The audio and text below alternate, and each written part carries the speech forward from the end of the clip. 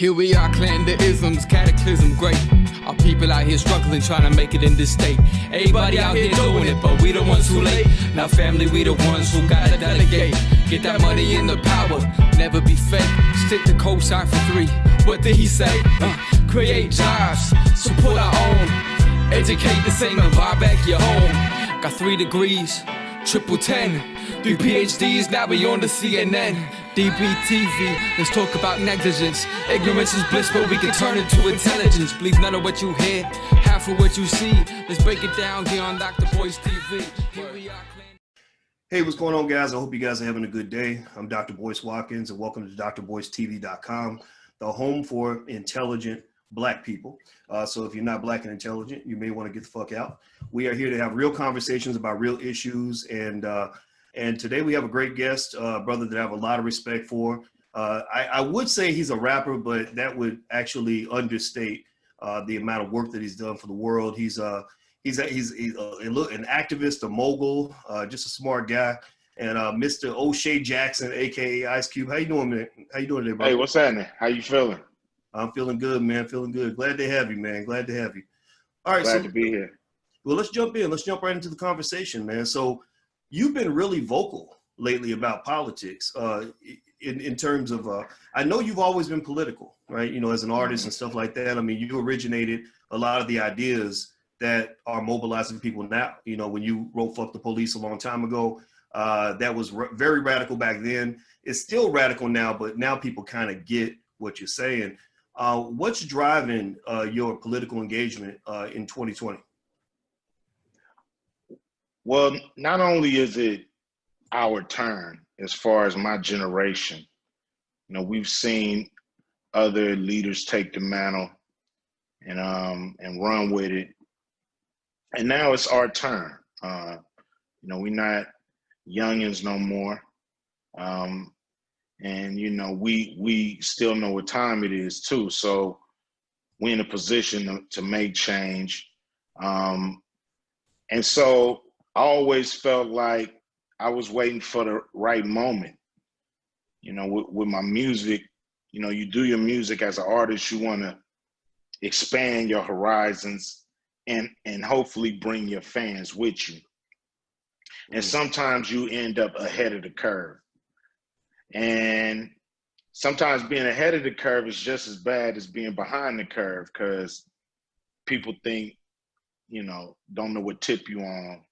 And then they catch up years later and say, you know, the album that didn't sell was your best one. You know what I mean? So it's like, so I was kind of waiting for the right time where everybody was on the right page, on the same page and in tune. And this George Floyd situation, to me, was a point where we all were in tune. We were all in the same tune. And it was time to show leadership. You know, with you know, there's leadership out there, not saying that the people that's out there has been fighting for years every day are not showing leadership, but you know, a person that's in my position from this generation, I just thought it was my time to show leadership. Well, let me ask you. Let me tell you about something, man. One thing we talk about on this platform is we use the hashtag B1, and everybody who agrees with B1 and knows what that means, type hashtag B1 in the chat. And you may have heard it, and you can probably figure out what it means. But basically, it means Black first. That we're tired of being second fiddle to everybody else. We're tired of carrying water for other people. We're tired of putting other people's needs ahead of our own, because our needs are the greatest. I mean, we need the most. And to some would say we have the most potential, but we tend to put other people ahead of ourselves. One of the things that really impressed me about your political activism is typically when a person in the music industry or entertainment becomes political, it's a very, how can I say, almost neutered kind of strategy. Like I kind of want to be Black, but I don't want to be too Black because I don't want to alienate people. You came out 100% Black. I mean, you didn't say, you know, when you wrote your contract for Black America, it wasn't a contract for diverse America. It wasn't a contract with all of America. It wasn't all lives matter kind of thing. It was very, very, very Black. And I appreciate that personally. I'd be curious to know what that process is like for you, and what kind of pushback you get when you just come 100% Black like that. I mean, it's a natural process for me. It's the way I go and the way I lean. And to me, it's time for us to deal with issues that affect us only. You know, when you hear the word minority, there's a lot of other people included in that. And sometimes we get left out, even when they say minorities, we're left out. So I wanted to be very specific, let people know this is a contract to help Black America. And when you help Black America, you help all of America. It's called shoring up the weakest link. And we're not weak people, but they've made us economically weak. You know, they've made us politically weak. And so, you know, it's really time to shore that up and become strong. And I think other communities will benefit off of us, you know, fixing our situation. So I just think it's very important for us, not just me, but all of us as Black people, to not worry about what's going on with everybody else's problems right now. We got to deal with our problems and fix them. And we have to be laser focused on that. And so, to be honest, I really don't, I ain't gonna say care, but I'm not concerned when people don't get it. You know, I'm more concerned with the people that get it. You know, I'd rather have a few moving in the same direction than a bunch, you know, moving all different directions. So more and more Black people are realizing that we have to worry about us at this point in time. And this won't be our posture forever. You know, once we get our situation together, then we'll reach out and reach to fix other communities like we've always had. You know, we've always reached out to help and wherever we could in all these other communities, but now it's time for all those other communities to reach out and help us get off the mat. You know, we on the mat. We trying to get up. Well, I love it. I love it. All right, everybody, in case you just came in, I'm speaking with O'Shea Jackson, aka Ice Cube, and we're talking about his contract with Black America. Now, when you call me O'Shea Jackson, I look around to see my son. He done took that name. You know, that's, you know, he done. Now what name I kept it undercover as Ice Cube, you know, forever. But he done took the name, and now, you know, if you say O'Shea Jackson, you got to say O'Shea Jackson Sr. And I'm looking around for my pops when you say that. So, you know, call me Cube. Call me Cube. All right, Cube. All right, sounds good, man. Sounds good, brother. Yeah, so I'm speaking with Cube, and he is. We're talking about his contract with Black America. And you guys know a few weeks ago we talked about that. We covered that. And I'll tell you, man, when I went through and I read it, I was really impressed with the detail. I mean, this is not, and everybody watching, I encourage you to go take a look at this. This was not, I mean, this document to me was on the level of like a Declaration of Independence type of thing. You know, like I'm a big fan of Dr. Claude Anderson and Powernomics. And I don't know if you heard about Powernomics, but, you know, Kanye's talked about it a lot. A lot of people talking about this book. And Charlemagne had him on the Breakfast Club, and it really resonated. And it was like a dream come true because the solutions are out there, right? We got people that know what the problem is and how to solve it, but we don't listen to the people that know how to solve the problem. And so when I read Contract with Black America, I put it on the same level, the same way I felt when I first read Powernomics. It was like, okay, they really thought about this. They really broke this down. I'd be curious to hear from you. You know, because it seemed like a document that one person you just couldn't write by themselves. Can you speak to the formation of that? You know, who was involved and what the thought process was behind it? Well, a few years ago, before I started the Big Three, me and my partner Jeff Watkins, we put together what was called the American Jobs Pack. And it was a cool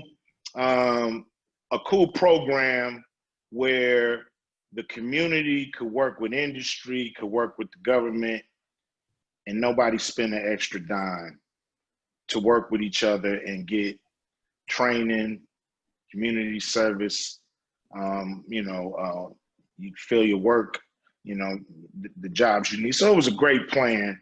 And then I started the Big Three, and it kind of absorbed all my time. Trying to start a professional basketball league from scratch just absorbs all your brain space. So we kind of put that to the side. And then when the George Floyd thing happened, I was thinking we do need our own Declaration of Independence. It's a trip that you make that same analogy, because I said we need something that deals with all these problems.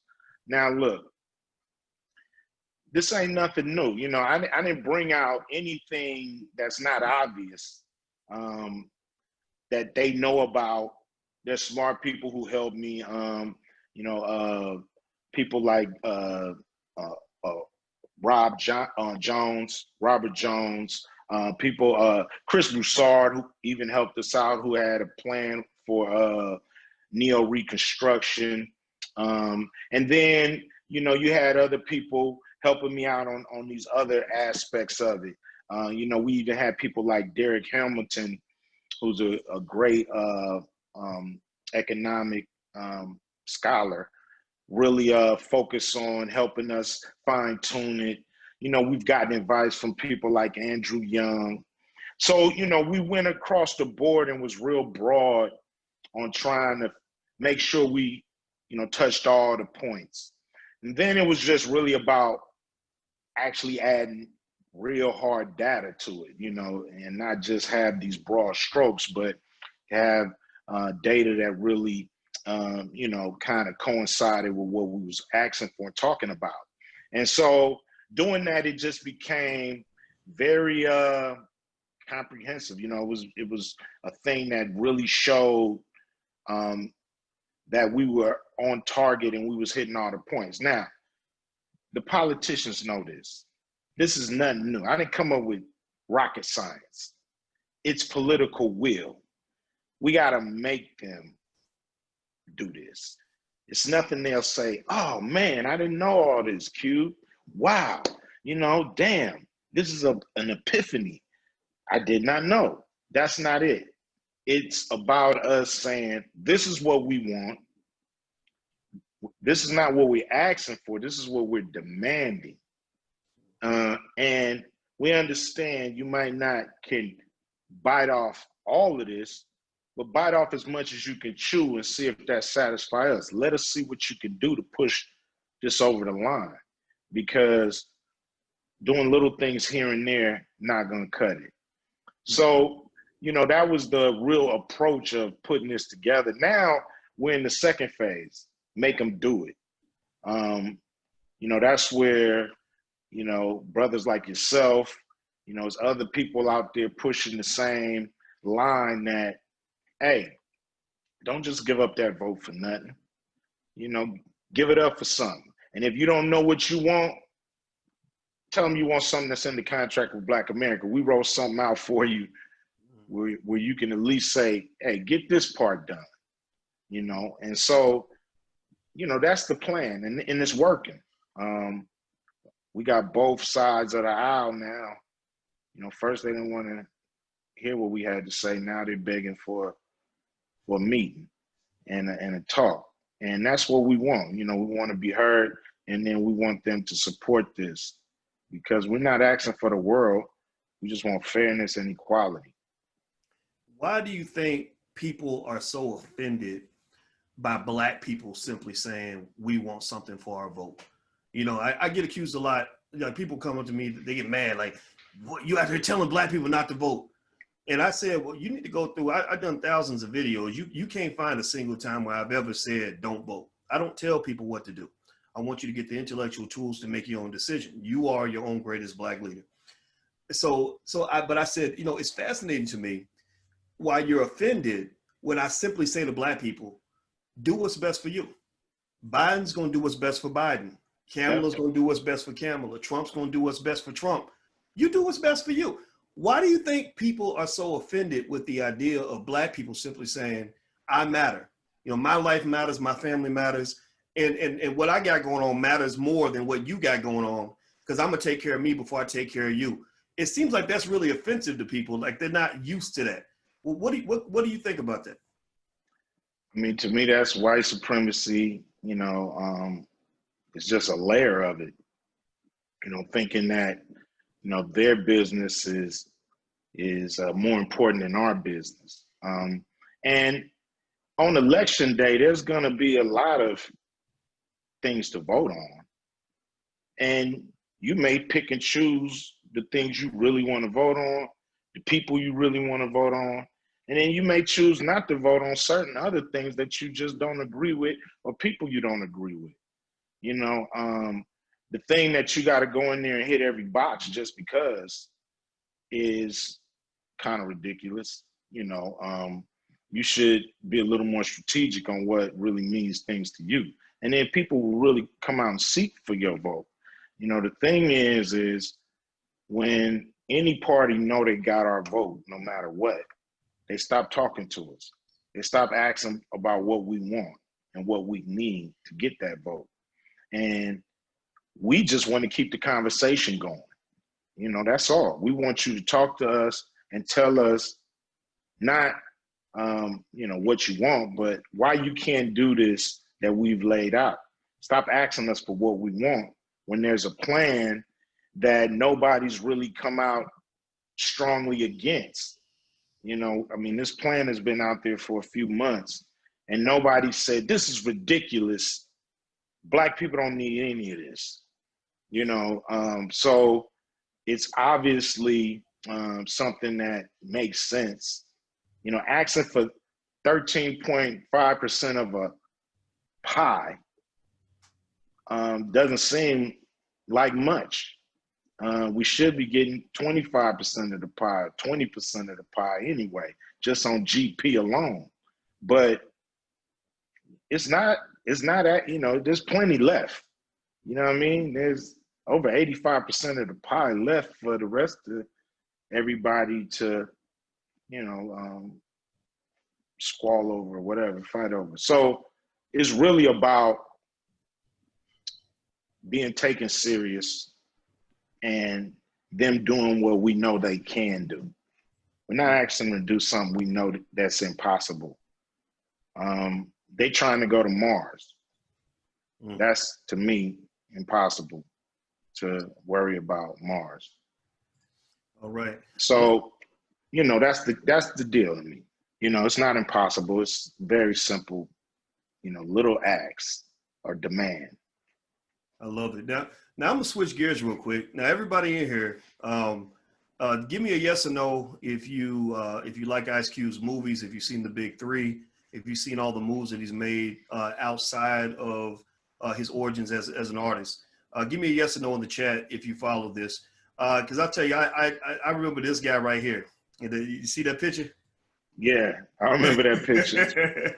And so this guy right here, this brother right here, even back then, I remember there was something about the way he moved that was a little different from the other artists. There was something about the way he made decisions, life decisions, economic decisions, etc. I mean, you think about it, right? I'm sure you've reflected on it. You lived through a really chaotic time. I mean, getting through the 90s was kind of tough. A lot of artists didn't make it. A lot of people didn't do well in their time. Let's just say that.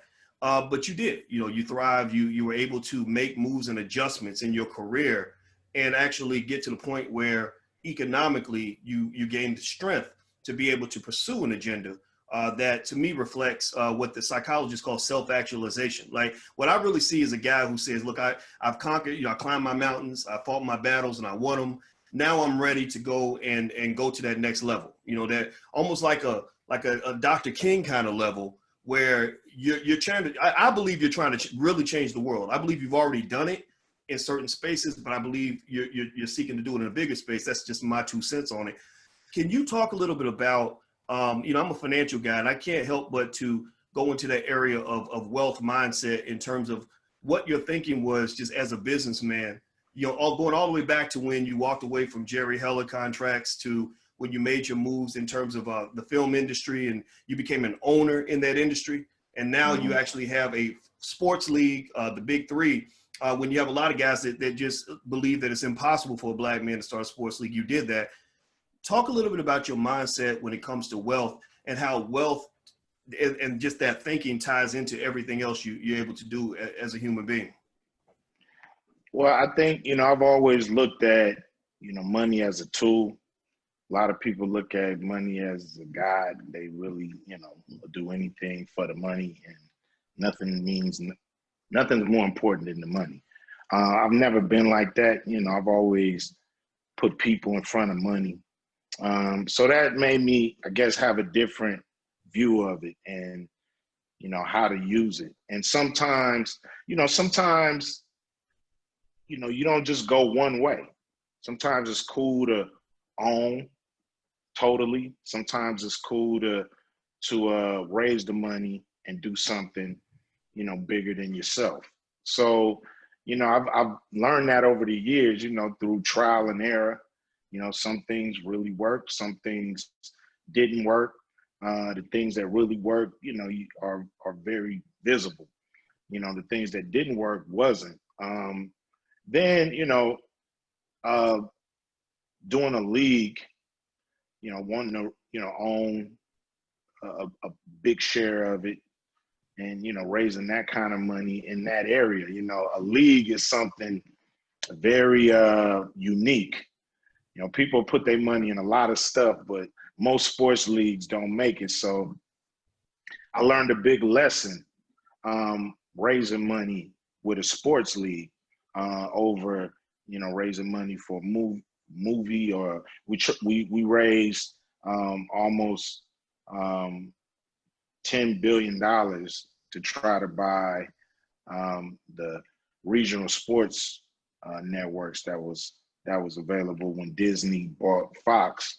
We came up, pretty much like 11 hours short, so it was pretty, that was another lesson. So, you learn your lessons on, with money, but if you think of it as a tool to get you to another place in life or in your project, the whole thing is to live to fight another day.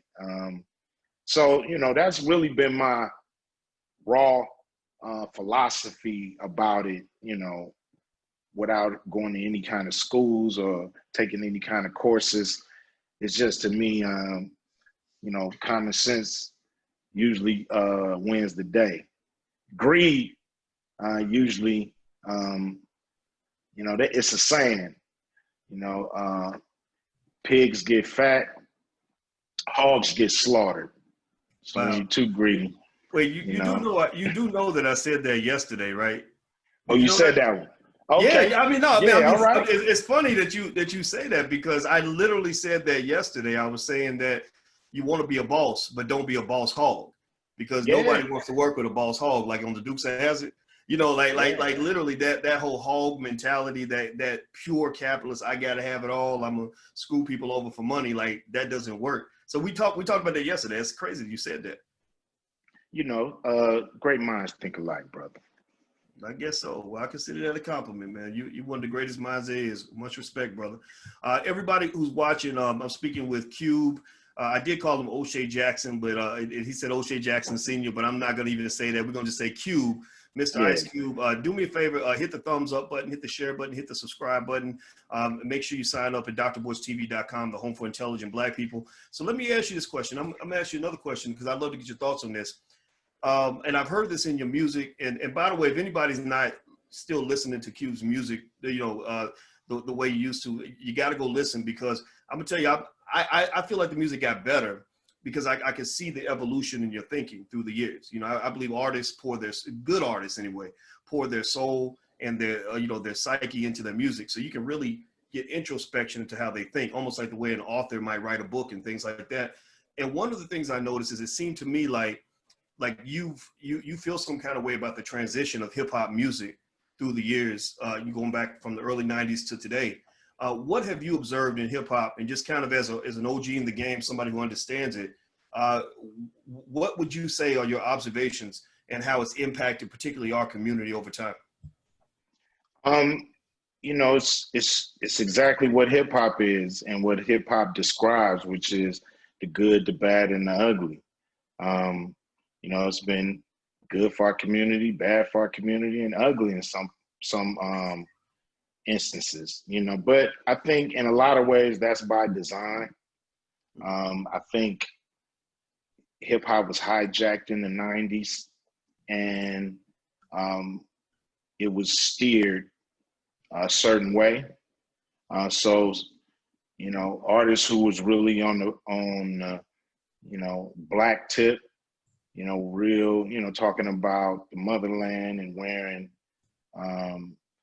African medallions and all those were systematically pushed to the back for escapism rap, you know, dope, cars, women, drugs, you know, money, you know, just excess.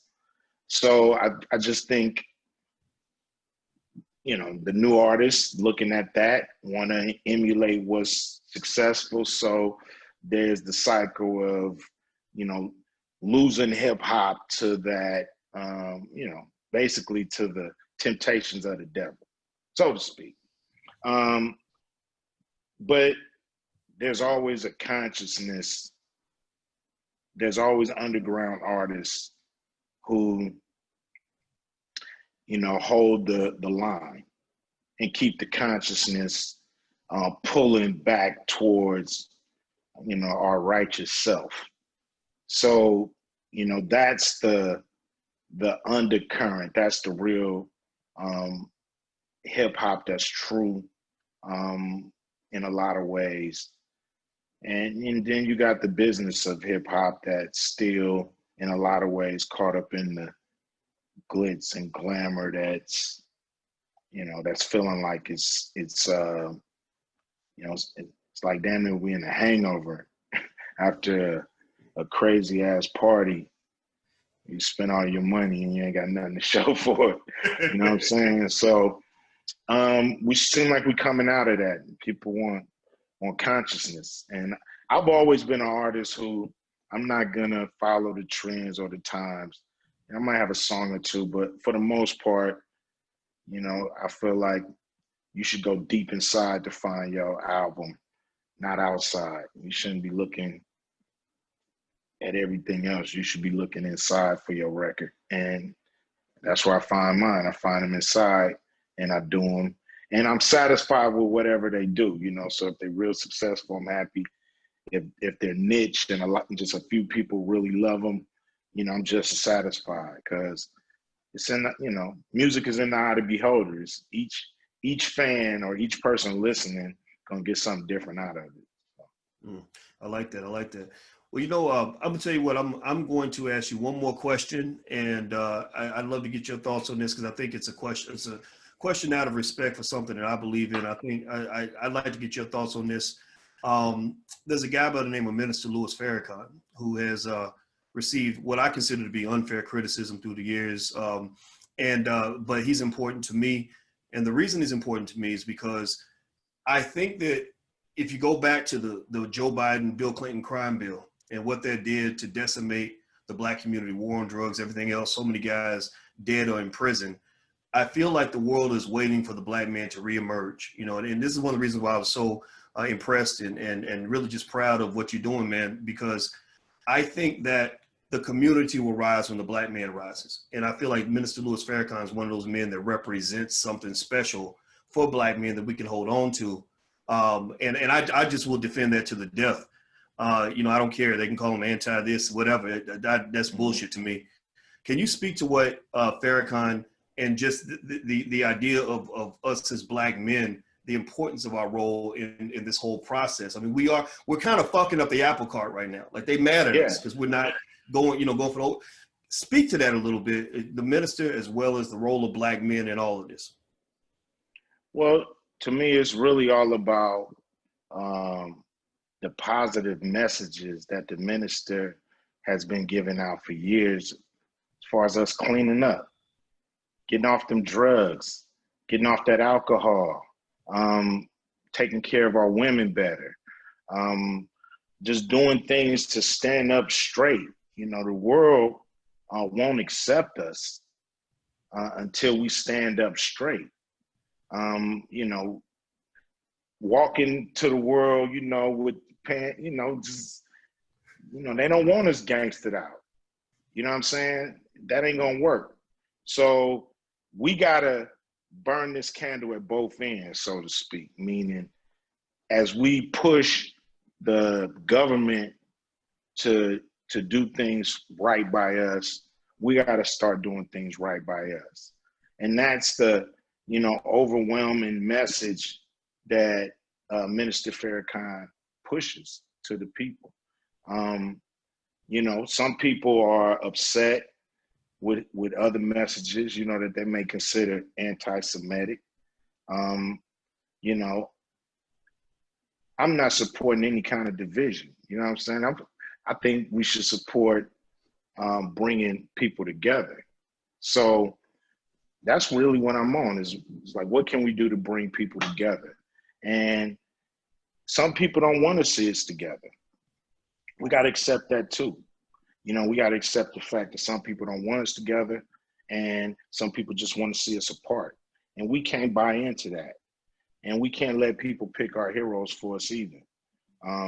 So, you know, to me, there's only a few people out there speaking for Black people and trying to get us to be stand-up human beings, respectable human beings. And Minister Farrakhan is one of those. That's why I support him. All right. Well, I love it, man. I love it. Well, you know, brother, I'm sure you have a lot of stuff going on, man. And I'm extremely appreciative that you stopped by. Of course, the door's always open, man. And you know, we're here, man. You know, we love what you're doing. And I want everybody watching. First of all, if you could give our guest, Mr. Ice Cube, a digital round of applause. Also, give me a verbal yes confirmation. I don't just want you watching. I want action, action, action. Give me a verbal confirmation, yes, that you're going to go Google the contract with Black America, go read it, go share it, you know, hit that link, put it on your social media, tell everybody about it, and stand for what you believe in. We're not going to tell you what to do, but I don't know. I don't know if you see my shirt, but this is how I'm voting. Now, let me ask you this. So if somebody was to ask you who you're voting for in the election, what would you say to them? For me, who I'm voting for? Yeah. Well, for one, I'm gonna see who's down with the Black and the brown, and then I'm gonna go from there. All right, I love it. I love it. All right, man. Well, thank you very much, brother, for hanging out. And in fact, just stay on the line for 1 second. That way I can give you say a proper goodbye. Everybody, Ice Cube, go check out the contract with Black America. Don't just chat about it. Like, do something. Do something. You're part of our distribution. We gotta demand it. We gotta demand it. There you go. That's right. So go to the website, go look it up. Is there? Do you have the website on hand by chance? Where people can find it? If you just go to cwba.world, you'll get that. cwba.world. All right, cwba.world. So everybody let's go crash the website and support what this brother got going on. This is an extraordinary document. I read through it myself and I really liked it. And I think this is what we need. So vote your conscience, be strong, and God bless everybody for listening. Thank you guys for hanging out. Make sure you hit the subscribe and thumbs up button and share button before you go. And we will see you guys soon. Take care now. Peace.